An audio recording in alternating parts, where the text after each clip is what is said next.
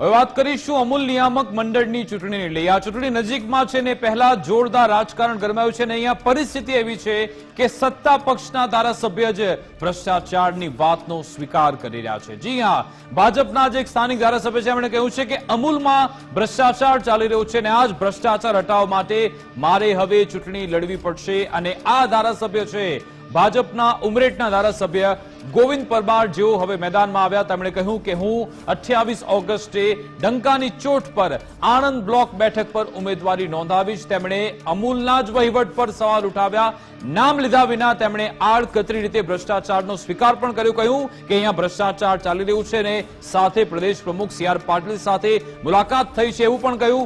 શું કહ્યું તેમણે, ધારાસભ્યના નિવેદનને સાંભળી લો। આજના સંજોગોમાં અમૂલ ડેરીની અંદર જે ભ્રષ્ટાચાર ચાલે છે એ ભ્રષ્ટાચારને દૂર કરવા માટે હું ફરી આ ચૂંટણી લડવા જઈ રહ્યો છું। અમારી પાર્ટી પ્રમુખ CR પાટીલ સાહેબને પણ મળવા ગયો હતો। તેમણે કીધું કે અમે જેને તમે પાર્ટી મત આપે, મેન્ડેટ આપે એને તમે જીતાડી લાવજો। પણ મેં એમ કીધું કે જે હાલનો ઉમેદવાર છે એ અગાઉ કોંગ્રેસમાંથી આ 2.5 વર્ષ જ થયો છે અને એ 2.5 વર્ષ દરમિયાન જે કમ્પાઉન્ડ કર્યું છે, લોકોની પાસે, ગરીબો પાસે 30-30 લાખ રૂપિયા નોકરીઓ માટે ઉઘરાવવામાં આવ્યા છે। અંદર પણ કેટલાક કોન્ટ્રાક્ટરો ભાગીદારોમાં ચાલતા હોય, ત્યારે આ બધી દૂર કરવા માટે અમારા ખેડૂત ભાઈઓ અને અમારા પશુપાલકોએ નક્કી કર્યું છે કે સારા માણસોની અંદર જરૂર છે। એટલે મને સાથ સહકાર મળી રહ્યો છે અને નક્કી ચોક્કસ 100% જીત મારી છે।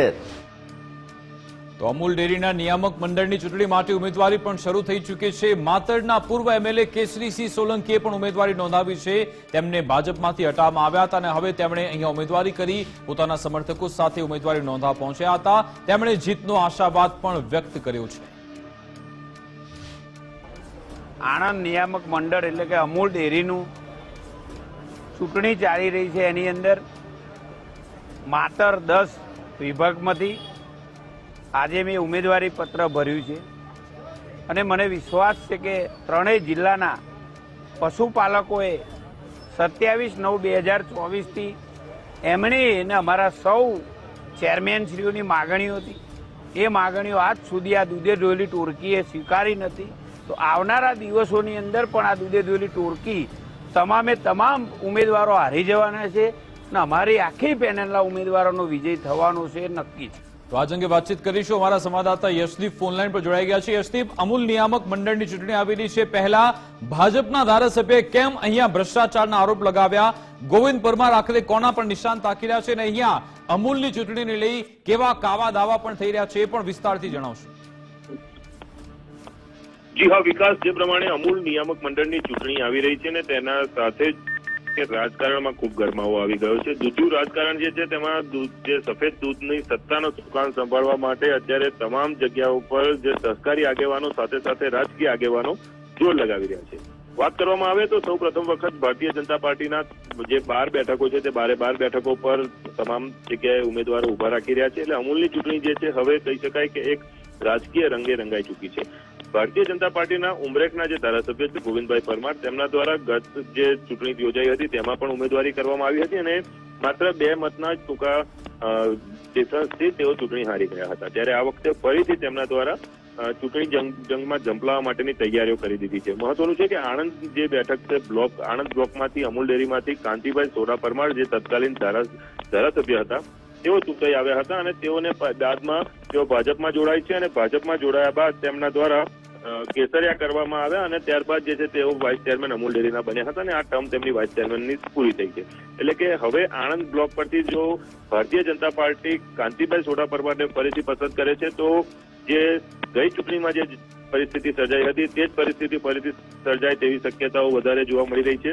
પરંતુ તે સમયે કાંતિભાઈ કોંગ્રેસમાંથી ચૂંટણી લડ્યા હતા અને હવે જે છે તે ભારતીય જનતા પાર્ટી સાથે છે અને ભારતીય જનતા પાર્ટીમાંથી હવે આણંદ બ્લોકમાંથી તેઓ ફોર્મ ભરે તો ફરીથી જે કહી શકે કે ધારાસભ્ય જે ગોવિંદ પરમાર છે તેઓ તેમની સામે ઉભા રહેવા માટેની તેમણે તત્પરતા દેખાડી છે। આડકતરી રીતના તેમણે સીધું જ નિશાન ઝાંક્યું છે અને કહ્યું છે કે અમૂલમાં જે ભ્રષ્ટાચાર ચાલી રહ્યો છે, એટલે કે કહી શકાય કે કોઈના કોઈ વિષય પર જે CR પાટીલ સાથે તેમની થયેલી મિટિંગ છે ને તે મિટિંગમાં પણ આ પ્રકારની જે પરિસ્થિતિ છે ભ્રષ્ટાચારના તેના સીધા જ આક્ષેપ તેમણે કર્યા છે. હવે વર્તમાન જે છે સત્તા પર જે લોકો હતા તેમના ઉપર કરવામાં આવ્યા છે કે કયા પ્રકારની સ્થિતિ છે તે ગોવિંદભાઈ વધુ સારી રીતના એક્સપ્લેન કરી શકે, પરંતુ આ જ પ્રકારની સ્થિતિ હવે માતર બેઠક પર પણ થઈ છે, જ્યાં કેસરીસિંહ સોલંકીએ ફોર્મ ભર્યું છે અને કેસરીસિંહે સીધા જ આક્ષેપ કર્યા છે અને જીતનો આશાવાદ વ્યક્ત કર્યો છે અને ત્યાં સંજય પટેલ દ્વારા પણ કોંગ્રેસમાંથી ફોર્મ ભરવામાં આવ્યું છે. એટલે કે ભાજપના પૂર્વ ધારાસભ્ય કેસરીસિંહ કે જેઓ ભાજપ સામે બળવો કરી અને અમૂલના પશુપાલકોના હિતના પ્રશ્નો લઈને જે છે લડી રહ્યા હતા, ત્યારે હવે તેની સાથે જે ચહેરાઓ જોવા મળતા હતા તેવા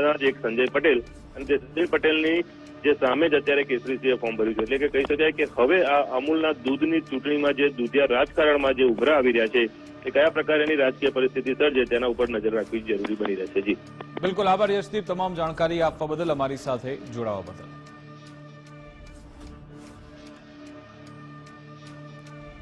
તો સહકારી ક્ષેત્રમાં અહીંયા રાજકારણમાં ગરમા આવ્યું છે. સત્તા પક્ષના ધારાસભ્ય જ ભ્રષ્ટાચારના આક્ષેપ કરી રહ્યા છે. જોવાનું રહેશે હવે આ ચૂંટણીમાં કોણ બાજી મારી જાય છે તેના પર પણ નજર રહેશે. અમારે વિશેષ રજૂઆત અંતર્ગત બસ આટલું જ. આપ જોતા રહો ગુજરાત ફર્સ્ટ ન્યૂઝ. નમસ્કાર.